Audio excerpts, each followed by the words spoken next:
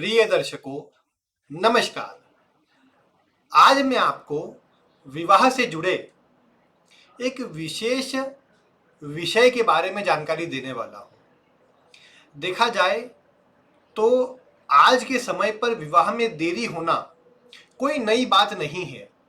किंतु क्या आप जानते हैं कि विवाह में देरी होना कई बार अच्छा भी होता है। यानी अगर आपके विवाह में देरी हो रही है तो ये बिल्कुल भी ना सोचे कि आपके लिए आपकी कुंडली में विवाह से जुड़ी परेशानियां हैं या कोई दोष आदि है। बल्कि कई बार ये भी देखा गया है कि कुंडली के अंदर कुछ ग्रहों का प्रभाव इस तरह का होता है जो देरी से विवाह तो करवाते हैं, लेकिन उसका प्रभाव आपके हित में होता है, आपके पक्ष में होता है। वो किस प्रकार, ये भी मैं आपको कुछ उदाहरण से बताने का प्रयास करूंगा और साथ ही साथ आपको कुंडली के कुछ योगों से बताने का भी प्रयास करूंगा। सबसे पहले, जैसा कि आप सभी जानते ही है कि विवाह जो है, अब हम मान के चलते हैं कि 21 वर्ष से, चलिए गवर्नमेंट द्वारा निर्धारित 21 वर्ष की आयु से लेकर विवाह की हम उम्र को मानकर चलते हैं। अब इसमें जल्दी विवाह आज के समय पर 21 से लेकर 25 वर्ष की आयु के मध्य में अगर किसी का विवाह हो जाता है तो हम उसे जल्दी विवाह के योग में ले लेते हैं। अब कुछ स्थान होंगे, आप कहेंगे कि वहां तो 18 वर्ष में होता है, 20 वर्ष में होता है। खैर, उनकी चर्चा मैं यहाँ पर नहीं कर रहा हूँ, और ना ही पूर्व की बात कर रहा हूँ कि पूर्व में तो 15 वर्ष में होते थे कि 13 वर्ष में होते थे। उन सब की बातें मैं नहीं कर रहा हूँ। मैं बात कर रहा हूँ कि नॉर्मल जो आज के समय पर लागू किया जा सके। देखिए, 21 से 25 तक किसी का विवाह होता है तो उसको कोई बहुत अधिक देरी से नहीं कहेगा, कोई ये नहीं कहेगा कि बहुत ज्यादा देरी हो गई है, बल्कि ये कहा जाता है कि जल्दी विवाह हो गया, शीघ्र विवाह के योग बन गए कुंडली में। और ये क्यों बनते हैं ये भी मैं वैसे तो कई बार बता चुका हूँ। शुभ ग्रह का प्रभाव सप्तम आदि पर होता है, सप्तम भाव सप्तमेश आदि पर होता है, तो प्रभाव बन जाता है। आजकल हालांकि इस आयु वर्ग में विवाह कम ही लोगों के होते हैं। ग्रामीण क्षेत्रों में तो फिर भी हो जाए, लेकिन शहरी क्षेत्रों में तो इस वर्ष तक तो विवाह के लिए विचार भी नहीं करते। खैर, इसके बाद हम देखते हैं कि जो 25 के बाद वाली आयु है, 25 से लेकर 28 मानिए, 30 मानिए, ये मध्यम आयु में लिया जा सकता है कि मध्यम आयु 25 से लेकर 30 वर्ष, इस बीच में विवाह होता है तो हम बोल सकते हैं कि मध्यम आयु में विवाह हो गया, बहुत देर भी नहीं हुई। 28 भी लिया जा सकता है यहाँ पर कि 25 से 28 मध्यम आयु, इस बीच में विवाह हो जाए, मतलब सामान्य स्थिति में आपका, आपने शिक्षा आदि ली, करियर आपका बना नहीं बना, लेकिन आपने सोचा कि चलो विवाह कर लिया जाए, तो ये तो स्थिति हो गई आपके मध्यम आयु में विवाह की, कि चलिए मध्यम आयु में। अब देरी से आयु मतलब 28 से बाद में अगर विवाह होता है, 28 से लेकर 35 के बीच में कभी विवाह होता है, 40 के बीच में कभी विवाह होता है, तो ये देरी से विवाह के योग में इसको हम यहाँ पर कंसिडर करेंगे। अब ये तो हो गया चलो यहाँ पर कि किस आयु को कौन से वर्ग में, मैंने आपको बता दिया। लेकिन अब देरी से विवाह होना किस प्रकार अच्छा है वो मैं आपको बताता हूँ। इसमें आप सबसे पहले ये बात समझिए कि कई बार कुंडली में, जैसे मान लीजिए किसी व्यक्ति का लग्नेश बहुत अच्छा बैठा है, अब किसी को नहीं पता हो लग्नेश किसे बोलते हैं तो मैं एक बार बता देता हूँ। देखिए, ये कुंडली है, मतलब कुंडली इसी प्रकार की होती है, 12 भाव होते हैं सभी के। उसमें देखिए भाव फिक्स होते हैं, जिनको नहीं पता उनके लिए बता रहा हूँ, 2 मिनट लगेंगे। भाव फिक्स होते हैं, नंबर यहाँ पर जो लिखे होते हैं वो बदलते रहते हैं। तो ये जो प्रथम भाव है वो उसे लग्न भी कहते हैं, और उसी के स्वामी को लग्नेश कहते हैं। इसे लग्न कुंडली में ही देखना है और किसी कुंडली में आपको देखना नहीं है। अब किसी की कुंडली में क्या हुआ कि लग्न का स्वामी अच्छा बैठा है, अच्छा बैठा है से मेरा मतलब यही है कि वो अपनी राशि में ही है, शुभ ग्रहों के प्रभाव में है, भाग्य आदि भावों में है, मतलब मित्र स्थिति में बलवान होकर उच्च आदि राशियों में अच्छा होकर बैठा हुआ है। बाकी सप्तम भाव जो है, सप्तम भाव जहां पर आप लिखा हुआ देख रहे हैं, ये जो भाव होता है जीवन साथी का भाव होता है, विवाह का भाव होता है, वैवाहिक जीवन की स्थिति दर्शाने वाला भाव होता है। अब सप्तम भाव में आपने देखा कि सप्तम भाव का स्वामी पीड़ित है या सप्तम भाव खराब स्थिति में है, या चलो सप्तम आदि की स्थिति ठीक थी, व्यक्ति की दशा खराब है, मान लीजिए राहु की दशा है, और आपने देखा कि व्यक्ति की आयु 26 वर्ष है, अगले 4 वर्ष राहु की दशा चलने वाली है। अब आप क्या देखेंगे कमाल की बात कि जिनकी कुंडली में लग्नेश आदि की स्थिति अच्छी होंगी, तो इन 4 वर्षों में जब तक व्यक्ति को मान लीजिए राहु की दशा है, खराब दशा है, तब तक व्यक्ति का विवाह होगा ही नहीं। वो प्रयास करेगा लेकिन कोई ना कोई रुकावट आ जाएंगी। आप कुंडली में देखेंगे, आप कहेंगे ये तो सब योग तो अच्छे हैं, फिर क्यों परेशानी आ रही है? तो उसका वास्तविक कारण आप ये देख पाएंगे कि व्यक्ति की कुंडली में इस तरह के योग है जो उसे परेशानी में नहीं डालना चाहते, जो उसकी रक्षा करना चाहते हैं। तो रक्षा किस प्रकार होती है? जैसे मान लीजिए कई बार ये जो आपने देखा, मैंने बताया राहु की दशा मान लीजिए खराब दशा चल रही है, और वो चल रही है, खराब कोई स्थिति में बैठे हुए ग्रह की दशा चल रही है और उसमें व्यक्ति को परेशानी आना, ये बात आप देख पा रहे हैं। अब आपने देखा इस समय विवाह अगर हो गया तो इसे परेशानी आएंगी, और मान लीजिए ऐसे किसी व्यक्ति की स्थिति खराब रहती है, विवाह हो जाता है, तो क्या देखेंगे, 1-2 वर्ष के अंतराल में ही विवाह विच्छेद की बात आ जाती है, दोनों अलग हो जाते हैं, डाइवोर्स हो जाता है वैसी अवस्था के अंदर। तो जिनकी कुंडली में अच्छे योग होंगे उनका क्या होगा, देरी हो जाएंगी, वो समय जो खराब समय था वो टल जाएगा, और बाद में अच्छा जो समय आएगा उस समय विवाह भी हो जाएगा और सारी परेशानियां भी दूर हो जाएंगी। तो इसका मतलब आप क्या समझे कि कई बार दशाएं इस तरह की होती है कि जिनमें विवाह होने पर परेशानियां आती है, और ये किसी से भी आप कुंडली दिखाएंगे, जो अच्छे से कुंडली देखता है आपको बता देगा कि देखो अभी तो आप विवाह कर सकते हो, लेकिन आगे दशा इस तरह की आने वाली है जिससे आपको बचना चाहिए। देखिए, मैं किसी और का तो नहीं, मैं अपना जानता हूं, मैं अपने आप को बता सकता हूं। कई बार इस तरह की कुंडली आती है जिनमें इस समय विवाह के अच्छे योग चल रहे होते हैं। अब ये मैं यहां पर बोलता हूं, लेकिन अगली दशा अगर खराब हो तो मैं एक ही बात वहां पर बोलता हूं कि आप अभी विवाह तो कर लेंगे, लेकिन आगे आने वाले समय पर खराब दशा के कारण परेशानी आने की पूरी पूरी संभावना रहेगी। इसलिए कोशिश करना इस समय को टाल देना, क्योंकि क्या होता है, देखिए, खराब दशा हर बार नहीं आएंगी। आपने देखा ये समय विवाह के लिए बहुत खराब है, और उसके पहले अगर विवाह हो जाए तो 2-4 महीने में वो दशा आ जाएंगी और उसके बाद व्यक्ति को परेशानी देखने को मिलेगी। अब यही समय को हम टाल देते, 1 वर्ष व्यक्ति का टल गया, आगे देखा, आगे इस समय अच्छी होगी, उस समय विवाह करा, उसके बाद की दशाएं अच्छी थी, विवाह भी अच्छा हुआ, विवाह के बाद की स्थिति भी अच्छी रही और जीवन भी पूरा सुखी चलते रहा। तो ये अंतर आ जाएगा आपकी दशा से। अब ये तो दशा की बात हुई, अब दशा आपको देखना आती हो नहीं आती हो, लेकिन एक सामान्य बात, कोई भी कुंडली देखेगा आपको ये बता देगा कि इस समय विवाह करेंगे तो बाद की दशाएं अच्छी रहेंगी जो आपको सकारात्मक परिणाम देंगी। अब कई बार ये भी होता है कि लंबे समय तक दशा खराब हो, उस समय पर सामने वाले की कुंडली से उसका विचार कर लेना चाहिए, अगर उसकी दशाएं अच्छी हो गई तो बचाव हो जाएगा। मतलब फिर इस तरह से विवाह किया जाए कि सामने वाले की दशा अच्छी हो, जिससे दोनों को एक साथ परेशानी ना आए। एक के उसमें हो ठीक है, कोई बात नहीं, दूसरा संभाल लेगा उससे। मिलान क्यों किया जाता है, इसीलिए तो किया जाता है कि अगर एक में कोई खराबी नजर भी आती हो तो दूसरा बैलेंस कर ले उससे, ताकि दोनों एक साथ अपने जीवन की पटरी को चला सके, अपनी एक पटरी साथ में चलती रहे, दोनों का जीवन चलता रहे साथ में। अब इसके बाद कुंडली में मान लीजिए ग्रह अवस्था, आपने देखा, जैसे मांगलिक के लिए आपने एक बात तो सुनी होगी, हालांकि ये कहीं पर लिखी हुई बात नहीं है, लेकिन इस पे क्या सेंस है वो बताता हूं मैं आपको। आपने ये बात सुनी होगी कि अगर कुंडली मांगलिक हो तो 28 के बाद मंगल का विचार नहीं करना चाहिए, या मांगलिक दोष कैंसिल हो जाता है, कट जाता है। जो भी अलग अलग बातें आपने मंगल से जुड़ी सुनी हो, आप जानते हो कि मंगल के लिए कहा जाता है कि अगर आप मांगलिक है या मंगल का प्रभाव ज्यादा है तो आप 28 साल तक रुक जाइए, उसके बाद आपके जीवन में मंगल का प्रभाव समाप्त हो जाएगा। अब आखिर ऐसा क्यों कहा जाता है, ऐसा तो कभी कहीं पर लिखा हुआ भी नहीं है, या मतलब ऐसा जो अगर आप आजकल के कोई ग्रंथ देखें जहां पर किसी राइटर ने लिख दिया अलग बात है, लेकिन कोई प्रामाणिक आप ग्रंथ की बात करें कि वहां लिखा हुआ है तो आप देखें कुछ नहीं लिखा ऐसा तो। लेकिन ये क्यों कहा गया, उससे थोड़ा उसके पीछे की बातों को समझिए।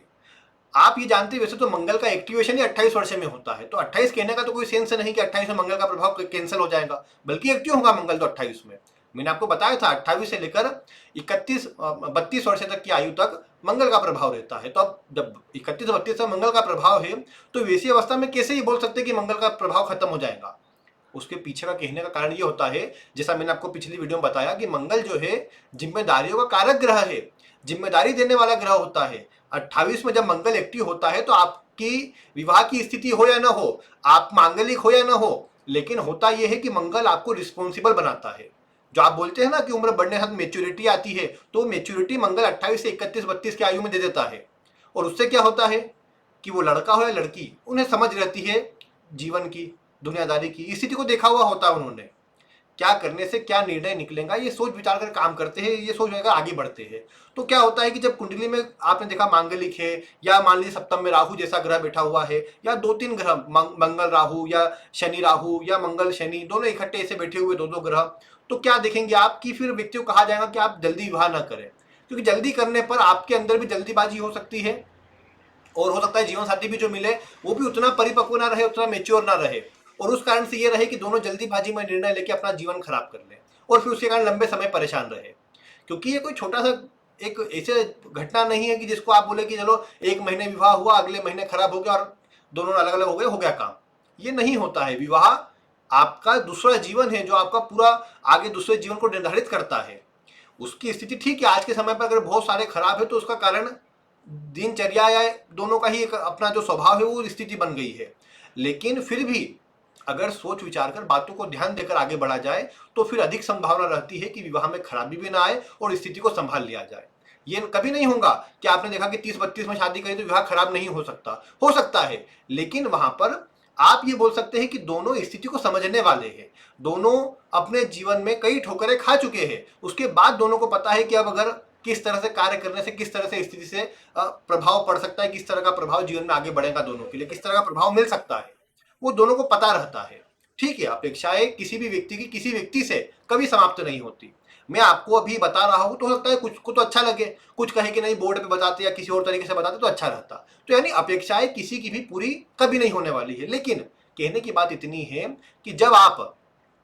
स्थिति पर, जब आपकी उम्र बढ़ जाती है, कोई खराब ग्रह का योग होता है सप्तम में, सप्तमेश पीड़ित होता है, सप्तमेश नीच आदि राशि में होता है, सप्तमेश छठे आठवें 12वें में होता है, और वैसी स्थिति के अंदर अगर देरी से विवाह हो जाता है तो एक बात आपको ये देखने को मिलती है कि फिर वहां पर जो उसकी कमजोरी थी, उसका नकारात्मक प्रभाव था, बहुत हद तक पहले ही उसका असर समाप्त हो चुका होता है। और फिर बाद में जब विवाह होता है तो उसका परिणाम भी अच्छा मिलता है, दोनों प्रसन्नचित होकर आगे अच्छा जीवन यापन कर सकते हैं। हाँ, इसमें जैसा मैं हमेशा बोलता हूं कि कुंडली को मिलान करना आवश्यक है, और मिलान केवल गुण मिलान नहीं कि 32 33 35 गुण मिल गए कर लो विवाह आग बंद करके, वैसी चीजें कभी नहीं होती। कुंडली में लग्नेश की सप्तमेश की स्थिति, आपस में कनेक्शन दोनों का, दोनों की स्थिति में उनकी स्थिति विचार करना बहुत जरूरी होता है। जब उनको देख लिया जाए तो फिर एक बार विचार कर सकते हैं, दशाओं की स्थिति देख ली जाए तो फिर आगे बढ़ सकते हैं। बाकी मुख्य बात यही है यहाँ पर कि देरी अगर होती है और अगर सप्तमेश या सप्तम भाव की स्थिति खराब है तो वैसे में आपको ज्यादा चिंता नहीं करनी चाहिए। विशेषकर अगर आप माता पिता है, अपने संतान के लिए आप चिंतित होते हैं, तो अगर उनकी कुंडली में आप देख रहे हैं सप्तम भाव की स्थिति, सप्तम आदि की स्थिति खराब है, तो फिर उतनी चिंता न करें और आप निश्चिंत होकर के फिर अगर थोड़ा देरी भी होती है तो फिर आप बिना किसी चिंता के आगे रिश्ता आदि देखें। क्योंकि एक बार ही 28-30 वाली आयु निकल जाएंगी या 28 के बाद से आप देखना चालू करेंगे, उसके बाद 30-32-33 में भी आप देखते देरी होती भी है तो भी आप देखेंगे प्रभाव उसमें कम से कम इस तरह का मिलेगा जो बहुत खराब नहीं रहेगा। उसमें आप थोड़ा कुंडली मिलान पर ध्यान दे लेंगे तो बाकी सारी चीजें अपने आप मैनेज हो जाएंगी, क्योंकि दोनों में वो ज्ञान रहेगा, जो समझ रहेंगी, और दोनों एक दूसरे को साथ में अच्छी तरह लेकर चल पाएंगे। अब यही चीज अगर खराब योग हो और आप जल्दी विवाह कर दे तो निश्चित रूप से मानिए कि वो विवाह आगे चल करके शीघ्र ही, बल्कि कई बार, क्योंकि एक बार शुरू शुरू में तो मैं कहूँ कि चलो 1-2 साल में तो कई बार अगर जल्दी विवाह हो जाए तो 1-2 साल में उतना पता नहीं लगता है, उतनी स्थिति मतलब ज्यादा कुछ बोल नहीं पाते। कई बार की स्थिति बता रहा हूँ मैं, ऐसा तो होने को तो 1 महीने में टूट जाए, 10 दिन में टूट जाए, लेकिन कई बार देखा गया कि जल्दी विवाह हो जाने पर 1-2 साल तो कई बार स्थिति उतनी मतलब कैसे भी खींच ली जाती है, लेकिन फिर बाद में आकर खराबी होती है और फिर वो वापस वही आयु आ जाती है 28-30 वाली, और फिर जाकर के उस समय अवधि पर फिर दूसरे विवाह के लिए देखा जाता है। तो उससे आपको बचना है अगर, तो मैं आपको बता रहा हूं कि अगर विवाह में देरी हो रही है, आपने देखा सप्तम की स्थिति, सप्तमेश की स्थिति खराब है किसी प्रकार से, तो फिर आप जल्दीबाजी नहीं भी करेंगे तो आपके लिए अच्छा ही रहेगा। आप स्वयं के लिए देखिए, अपने मतलब अगर आप अपने संतान के लिए, आप माता पिता अपने संतान के लिए देख रहे हो तो इस बातों का ध्यान रखें, तो आपको कभी चिंता नहीं करना पड़ेगी। क्योंकि होता क्या है, मान लीजिए आपने अपने बच्चों के लिए या आपने स्वयं के लिए 25 वर्ष की आयु से रिश्ता देखना प्रारंभ कर दिया। अब उनकी कुंडली में जैसा मैंने आपको कहा कि योग इस प्रकार के थे कि देरी से विवाह होगा और दशा खराब निकल जाएंगी और अच्छा विवाह होगा, उनको परेशानी नहीं आएगी। तो क्या हुआ, ईश्वरीय कृपा इस प्रकार की रही कि 25 से लेकर 28-30 तक आप रिश्ता देखते रहे, लेकिन रिश्ता जमा नहीं, जहां जमा वहां बात पूरी पक्की नहीं बन पाई, कैंसिल हो गया, कुछ भी बातें बनी, लेकिन एंड रिजल्ट ये निकला कि विवाह नहीं हो पाया 25 से 28 के बीच में। फिर क्या हुआ, फिर यह हुआ कि जैसे ही 28 के तकरीबन की आयु आई, मंगल का प्रभाव एक्टिव होने लगा, तो मंगल ने यह करा कि उनको भी रिस्पॉन्सिबल बना दिया, उनकी कुंडली की दशाएं भी अच्छी हो गई, और एंड रिजल्ट ये निकला फिर कि आपने रिश्ता देखा उस समय पर, अच्छा रिश्ता ही मिला और सारी चीजें जम गई। लेकिन अगर आप 25 से ही देख रहे हैं, 22-23 से ही देख रहे हैं और फिर योग नहीं जम रहा, आप चिंता कर रहे हैं कि इसके योग खराब है, उसके उपाय कर रहे हैं, अलग अलग जगह पूछ रहे हैं, तो ये आप अपने समय और धन की बर्बादी कर रहे हैं। एक बात प्रमुख समझ के चले इसे। इससे आप ये कोशिश करें कि अगर उनके योग आपको दिख रहे थोड़े कमजोर है, खराब है, तो थोड़ा धैर्य रखें, क्योंकि वो धैर्य आपको अच्छा परिणाम देगा। हाँ, लेकिन ये धैर्य में ये बिल्कुल गलती ना करें कि आपने देखा विवाह के योग ही नहीं है और फिर आप धैर्य रख के बैठे कि चलो जो होगा अच्छा ही होगा। ये बिल्कुल गलती ना करें, पहले ये कंफर्म करें योग है। अगर योग है तो फिर आप सेकेंड कंडीशन में जाइए कि अच्छे योग है या खराब योग है, जिस प्रकार के योग है उस तरह से आप आगे बढ़िए। आगे बढ़िए से मेरा मतलब कि अगर अच्छे योग है तो आप जल्दी विवाह के लिए भी देख सकते हैं, कोई चिंता नहीं। खराब योग नजर आते हैं, दशा भी खराब नजर आती है, थोड़ा रुक करके देरी से आप आगे बढ़िए, उससे दोनों को प्रभाव अच्छा मिलेगा और चिंता नहीं करना पड़ेगी। तो ये बात का आपको ध्यान रखना, और बाकी आप जो मैंने बात बताई है उसे थोड़ा विचार करके देखिए। देरी कभी भी खराब नहीं होती, क्योंकि आपने अब ये एक लाइन कि सब्र का फल मीठा होता है, ये केवल ऐसा सुनने के लिए नहीं है, या ना ही इसका प्रभाव इस तरह का। लेकिन आज के समय पर क्या है कि सभी को जो चाहिए जल्दी चाहिए, धन कमाना है जल्दी कमाना है, वीडियो देखना है जल्दी देखना है, सब जल्दी जल्दी चाहते हैं। और उसी जल्दीबाजी में राहु मंगल जैसे ग्रहों का तो असर बढ़ रहा है, लेकिन शनि का असर घटते जा रहा है, और वो चीजें प्रॉब्लम दे रही फिर जीवन में, करियर में। तो इसीलिए आपको क्या चाहिए कि कुछ चीजों में कुछ चीजें ऐसी होती है जिनमें जल्दीबाजी काम नहीं आती है, उनका प्रभाव अच्छा नहीं मिलता। इसलिए इन बातों का थोड़ा ध्यान रखिए आप, और अपने लिए, अपनी संतान के लिए, किसके लिए आप विवाह के लिए सोचे तो देरी हो रही हो अगर, तो ईश्वर का धन्यवाद करें कि आप उनके लिए को अच्छा करना चाहते हैं। क्योंकि कई बार आप देखेंगे जिनकी कुंडली में ईश्वरीय कृपा के योग होते हैं ना, वैसे तो मैंने कई बार बताया है, लेकिन ईश्वरीय कृपा के योग होते हैं ना, तो आप एक बार देख पाते हैं कि उनके जीवन में जब कोई घटना घटित होती है तो उनको लगता है ये तो बुरा काम हो गया, या दूसरों ने जिनने बुरा करा उनका तो सब अच्छा हो गया, जल्दी उनको नौकरी मिल गई, जल्दी विवाह हो गया, सेटल हो गए। लेकिन बाद में उनकी परेशानी नजर आती है, और स्वयं जो देरी से काम बनते हैं उनके, वो अच्छे बनते हैं और फिर सोचते हैं कि अच्छा है मेरा विवाह तब नहीं हुआ, ये काम मेरा तब नहीं बना, वो खुद से बोलते फिर बाद में। तो इसीलिए कभी भी जो बोलते हैं ना, जो होता है अच्छे के लिए होता है, तो वो वही बात है यहाँ पर भी। तो इसी बात को आप ध्यान रखिए, और देरी होती है तो उस पर ज़्यादा चिंता करने की जगह समझिए कब स्थिति बन रही है और कब विवाह करना अच्छा रहेगा वास्तविकता में। इन सब बातों को ध्यान रखकर आप आगे बढ़ेंगे तो कोई समस्या का सामना नहीं करना पड़ेगा, स्थिति भी अच्छी मिलेंगी, और सब प्रसन्न रहकर, माता पिता भी, संतान भी, सब प्रसन्न होकर अपना जीवन यापन कर पाएंगे। तो ये थी आज की वीडियो। उम्मीद है आपको वीडियो पसंद आई होगी और कुछ नया आपको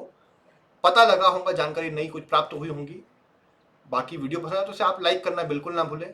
और चैनल पर नए हो तो सब्सक्राइब बिल्कुल कर लीजिए आप। बाकी आज की वीडियो में इतना ही। वीडियो देखने के लिए आपका बहुत बहुत धन्यवाद।